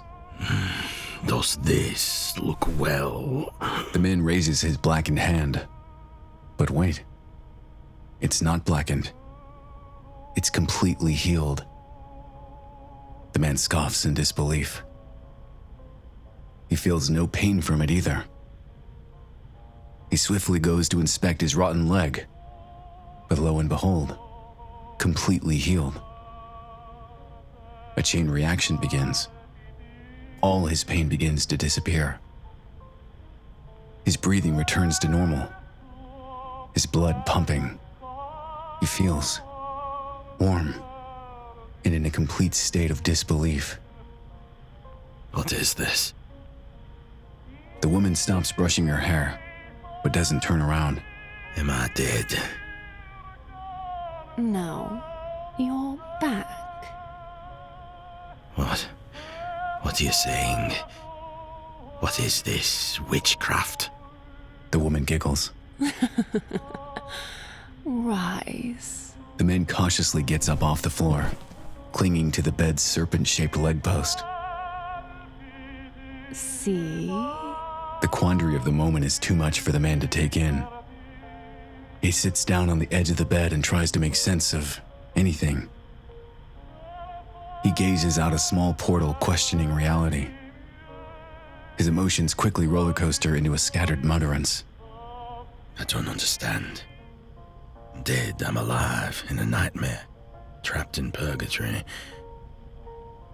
The woman finally turns from the mirror on the wall and reveals she is, in fact, the fairest of them all. No more words. When the man sees her face, he is immediately silenced by her beauty. The woman rises up and slowly, seductively moves toward the man. You. She begins to remove her flowing garment from shoulder to shoulder and doesn't take her eyes off him. You've been through so much. I have. You came all this way. I did. For love. He hesitates. Yes. No one ever loved me like that. She drops her garment and stands completely naked in front of the man. Her figure and frame incomprehensible. She moves in to kiss him, but he closes his eyes and recoils. I can't. I won't. His mind races. Hallucinations, he thinks. Maybe he's dead already and doesn't know it. The swirling questions and emotions have worn him thin. He's tired of thinking. yet still too hardened of heart to lose the one thing he has left: devotion. And nothing will break his resolve to his wife. The woman runs her finger over his lips. You can't accept what's right in front of you. She wouldn't want me to. She? She smiles and caresses his neck and cheeks. Yes. She wouldn't want me to. She kisses his neck and breathes heavy into his ear. She wouldn't want me to be lonely. The man turns his head toward her face and stares at her glowing flesh. He lunges at her lips and kisses her hard and long. Her tongue attacks his mouth as she rips off what's left of his torn shirt. He wraps his arms forcefully around her waist and throws her on the bed. He tries to jump on top of her, but she pounces back and their bodies collide. He bites her neck. She scratches his back. He pins her arms to the headboard. She screams in delight as she's ravaged by his violent kisses all over her body. She wrestles her hands free from his capture, and they quickly find his trousers and tears them off. He tugs her hair. She slaps his face and retakes power. They grunt and squeal like mad swine, completely lost in lust. Anger, anguish, failure. The man lets go of everything. He grits his teeth and thrusts against her flesh with hate in his eyes as she laughs and shouts with glee.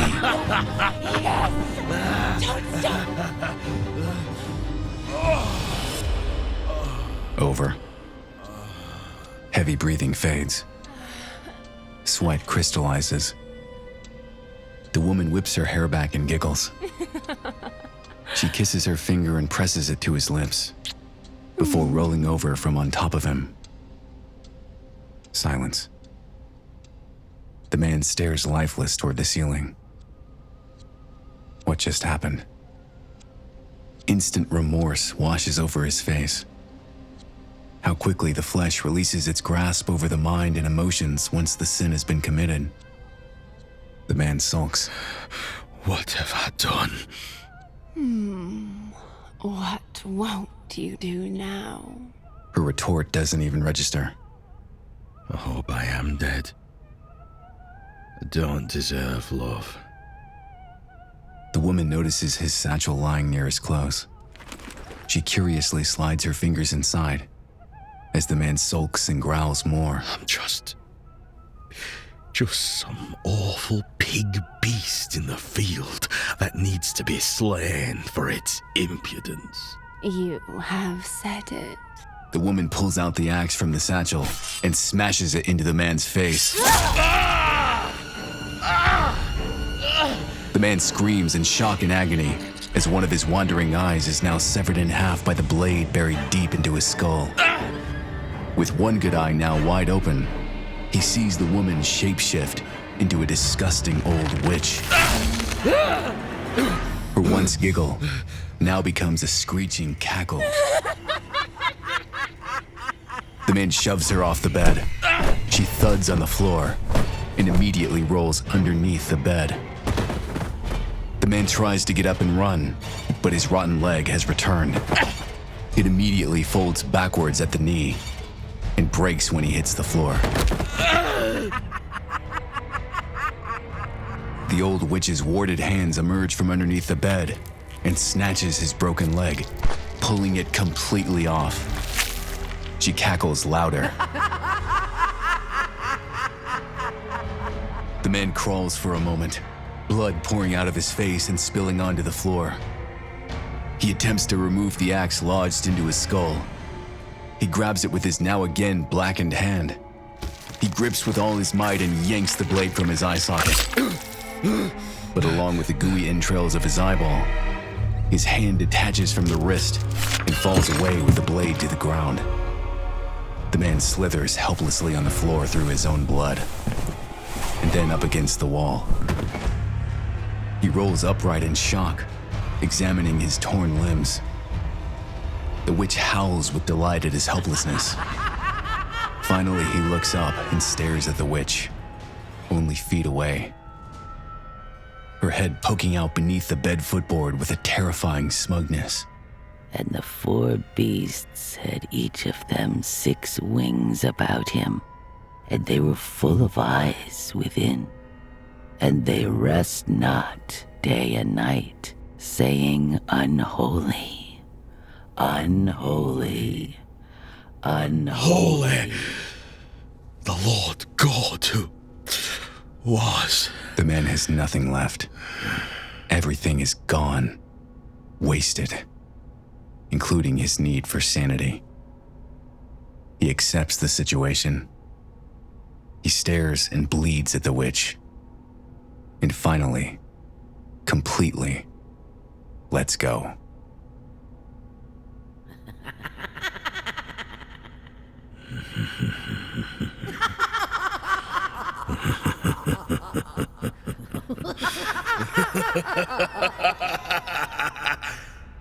The witch's demeanor goes stone cold. She stops cackling, now confused. The man becomes hysterical, maniacal.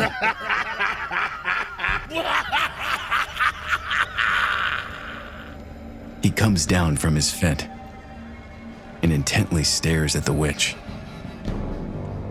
Her face now stupefied, afraid. I must thank you. I think I finally know what I am. With his remaining attached leg, he kicks the bedpost leg next to the witch's face, and it breaks off. That one's for me. The witch, still puzzled, watches the bed leg roll off. Her eyes suddenly grow wide. This one's for you, my lover. He kicks the other bedpost leg, and the bed's weight shifts and pins the witch's face to the floor. Her rotten yellow teeth mash together like a vice as she hisses and struggles to free herself. The man leans over and kisses her, hard and long. He grabs the first broken bedpost and hobbles up on one leg. With the sharp, jagged edge of the broken post, he stabs it into his stump thigh with all his weight. Black blood oozes down from his new peg leg. Slightly off balance, he falls back onto the bed above the struggling witch with all his weight in tow. Her teeth squeeze and pop. The man regains his balance and is able to stand and walk on his new peg leg. He limps over to his severed hand, but instead shakes the axe out of its grip. With one hit, he smashes the wood handle against a cabinet, and it breaks off to just steel.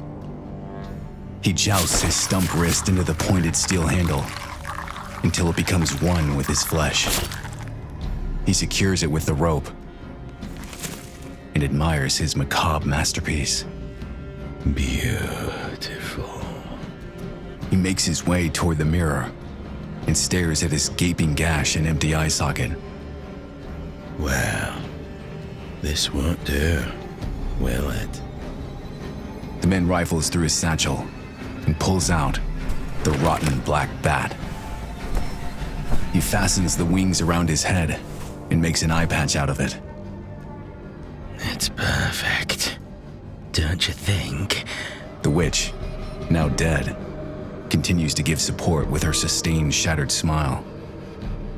The man continues to ponder in the mirror intently with his new look.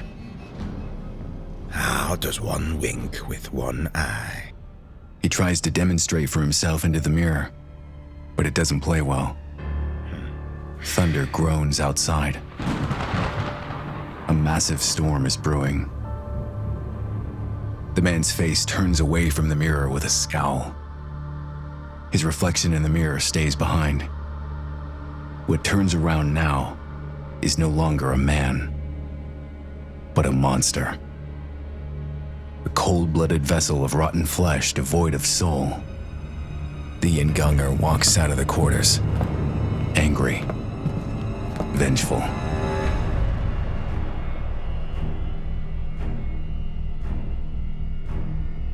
The cabin door bursts open. The Yingonger emerges. Lightning strikes the deck of the ship close by, smoking the planks. The Yingonger spits, and it sizzles on the deck. Black clouds begin to swirl above like a hurricane. Thunder groans. Atop the looming mountains high above the ship, a massive avalanche breaks from the peaks. It's heading straight for the ship, dwarfed in the canyon below. The Yingonger glares up at the impending doom. Such a powerful god. The earth shakes. The ship becomes dislodged from the snow and begins to float. The wind howls like a werewolf. Do your worst. In one fell slash, the monster chops the thick anchor rope. Suddenly, the whole ship begins to rock up and down in the violent snowdrifts battering against it. Frozen, dilapidated sails are hoisted. The captain's wheel spins. The ship turns directly into the storm and towards the fast-approaching avalanche, barreling down the mountain. White waves crash relentlessly against the torment, the name etched into the stern of the ship. What are you waiting for? Spit stones, rain fire, rage! Large hailstones begin to fall. They hit the deck with faint blue flames and catch the ship on fire. Am I impressed? I said, do your worst! The flames spread. They surround the helm of the ship, but its bloody captain remains unafraid. Can you not hear me?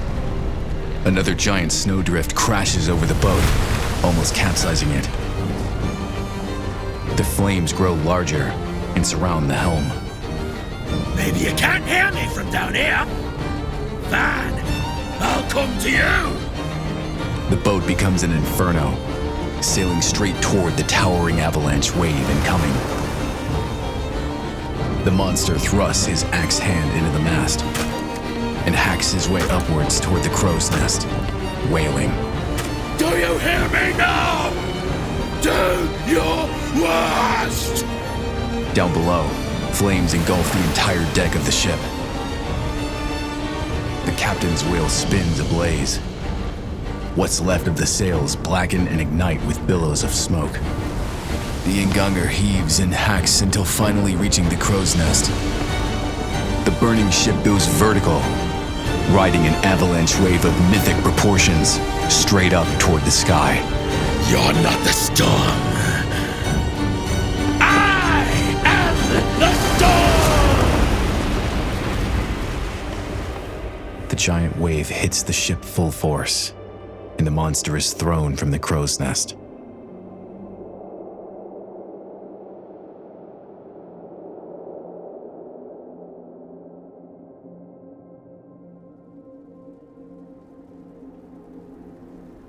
Smoking and smoldering, it's somehow still intact. The ship is frozen stiff and now lodged into the top of the mountain. Pieces of debris all around continue to slowly burn in the drifts. Also nearby in the drifts, the body of what was once a man lies face down in the snow, motionless. A trail of items in his wake. A rusty canteen. A flint pistol. Burned remains of a Bible. And an empty leather satchel. And just over and down the hilltop, a village. Faint glows from the town square light up the blackness of night. Most of the inhabitants now sleep, but one remains awake. A beautiful silhouetted figure prays at her window. She presses her hand on the glass and sobs. Back on the mountaintop, the cold corpse remains sunk into the drift.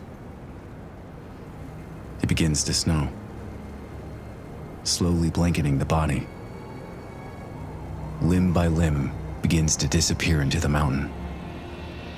One limb still visible, and clutched in hand, is a busted compass that duels as a locket. And in the picture, a beautiful woman.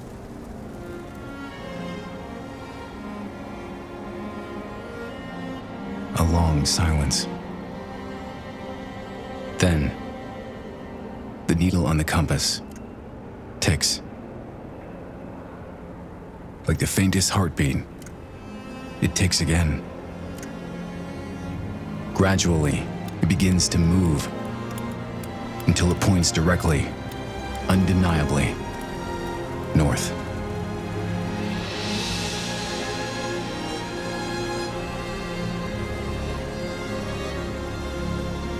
Suddenly, an axe hand smashes down onto the ground and drags the rest of the body forward.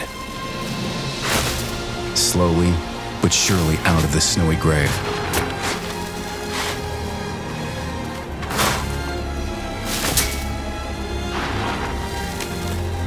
The axe blade falls off, but it's no matter.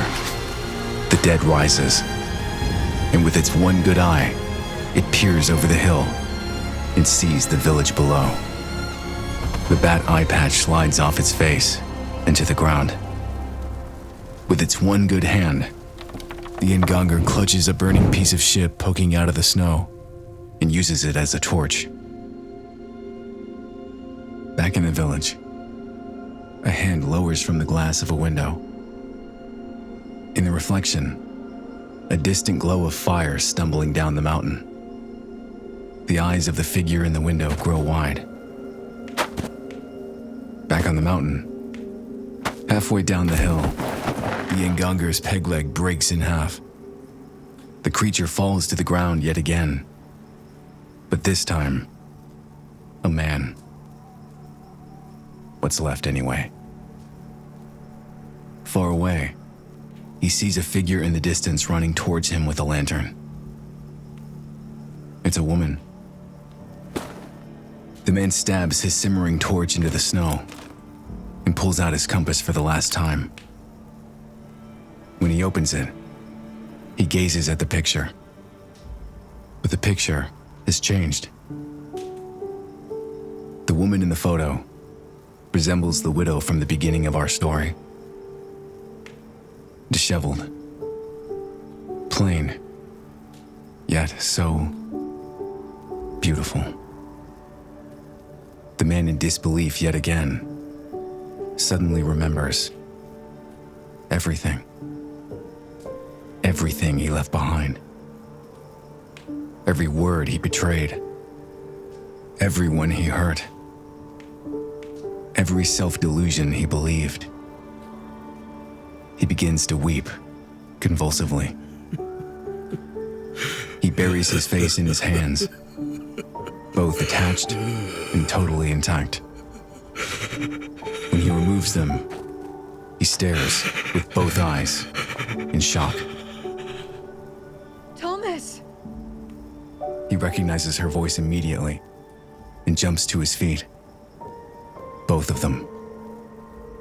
Charlotte, Thomas! Father! is this real? Am I dead? Have I become a ghost? Am I the monster?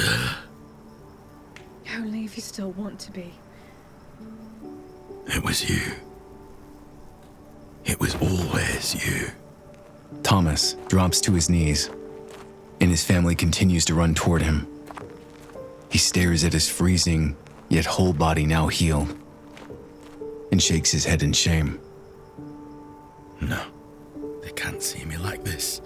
I can't have come all this way without something to show. I need my scars. The man peers up toward the sky. You did this. Give me back my scars. It's all I've left. Let them see it all, every ugly piece. I deserve it. Thomas, are you all right? Come back. Come back to us. Father! Father, come home. Shaking and overcome with grief, the man stands to his feet and slowly backs away with his hands covering his face. No. Stop! The woman's running stops in its snowy tracks. She already knows. The children continue running towards their father. Thomas. You mustn't see me like this. I must pay for these sins.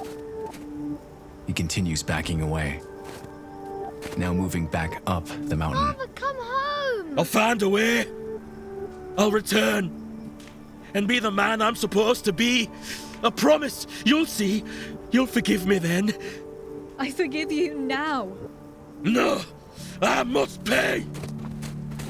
The man begins running up the hill as his children chase after, but they can't reach him. I must pay. I must pay.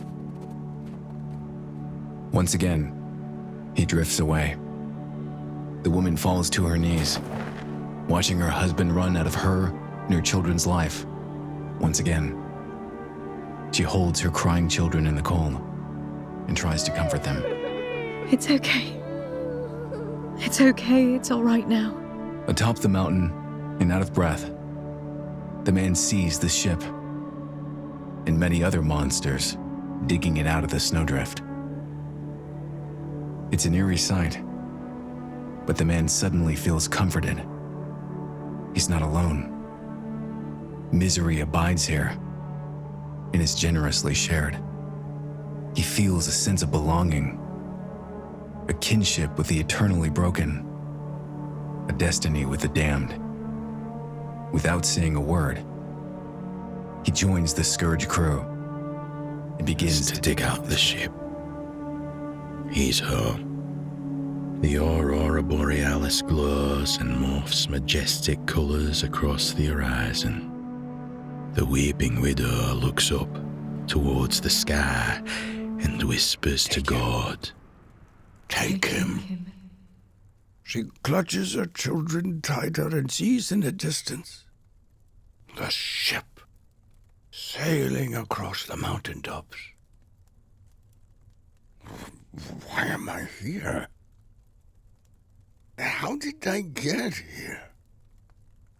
Where'd everyone go?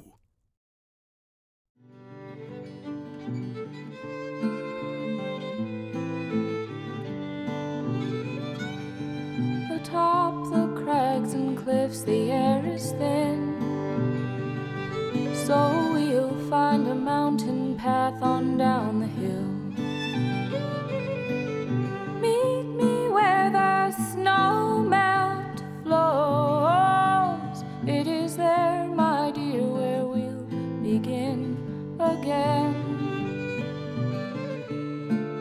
Skip and stones, braiding hair. Last year's antlers mark the trail. Take us back, oh, take us back, oh, take us back.